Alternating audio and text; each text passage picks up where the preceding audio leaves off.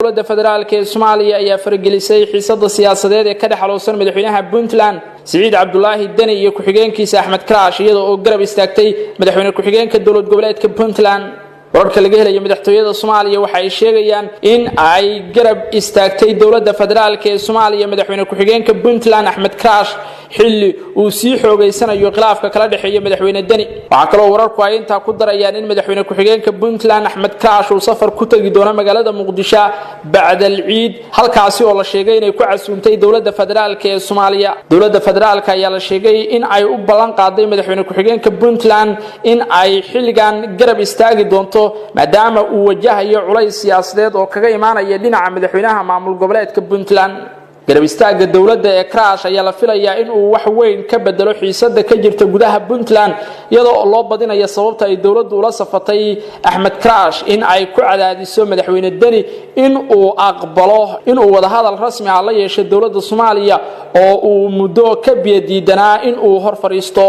madaxweyne Dani ayaa la sheegay inuu amar ku bixiyay in aan warbaahinta ku hadasha afka maamulka Puntland laga sii deyn karin wararka la xiriira madaxweyne ku-xigeenka maamulka Puntland Axmed Karaash taasi oo uga sii dartay xaaladda waxaana baraha bulshada ka bilowday dagaal adag oo u dhaxeeya madaxweyne Dani iyo ku-xigeenkiisa Karaash iyadoo oo dhalinyaro badan oo la kala safan labada dhinac ay saacadihii la soo dhaafay isweydaarsanayeen hadallo kulkulul madaxweyne ku-xigeenka Puntland ayaa iminka bilaabay inuu abaabul ka sameeyo dhinaca baraha bulshada isagoo samaystay bara u gaar ah oo uu ku baahin doono iminka wixii ka dambeeyay wararkiisa arintan ayaa loo sabaynayaa inay qayb ka tahay qilaafka u dhaxeeya isaga iyo madaxweyne Dani qilaafkaasi oo ka dhashay xilka qaadis madaxweynuhu ku sameeyay sargaal ka tirsan madaxtooyada Puntland xayiraada wararka madaxweyne ku-xigeenku waxay ka soo bilaabatay kadib markii la joojiyay ama laga saaray baraha warfaafinta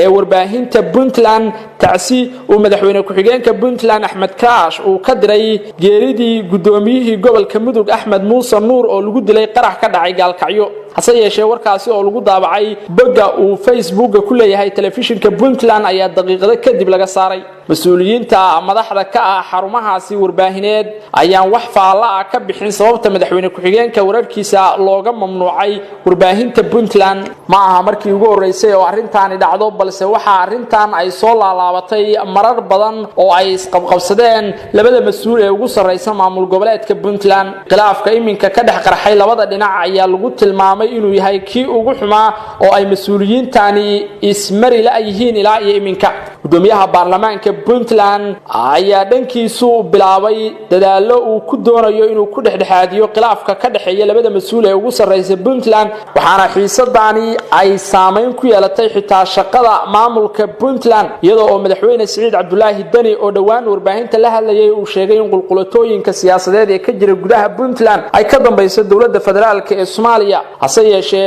madaxweyne ku-xigeenka Puntland ayaan wali isagu arrimahaasi ka hadlin iyo wararka sheegaya in uu garab rasmi ah ka helay filla Soomaaliya madaxweyne Dani oo ay hore isugu dhaceen gudoomiyihii hore ee baarlamaanka Puntland Dowladda ayaa ugu dambeyntii booska ka saaray kadib dagaal ka dhacay Garowe oo uu xigay mooshin xilka looga qaaday gudoomiyihii baarlamaanka Puntland waxaana dadka indheeya siyaasadda ay sheegayaan haddii aan qilaafkan xal laga gaarin uu noqon karo mid saameyn ku yeesha guud ahaan deegaanada dowlad goboleedka Puntland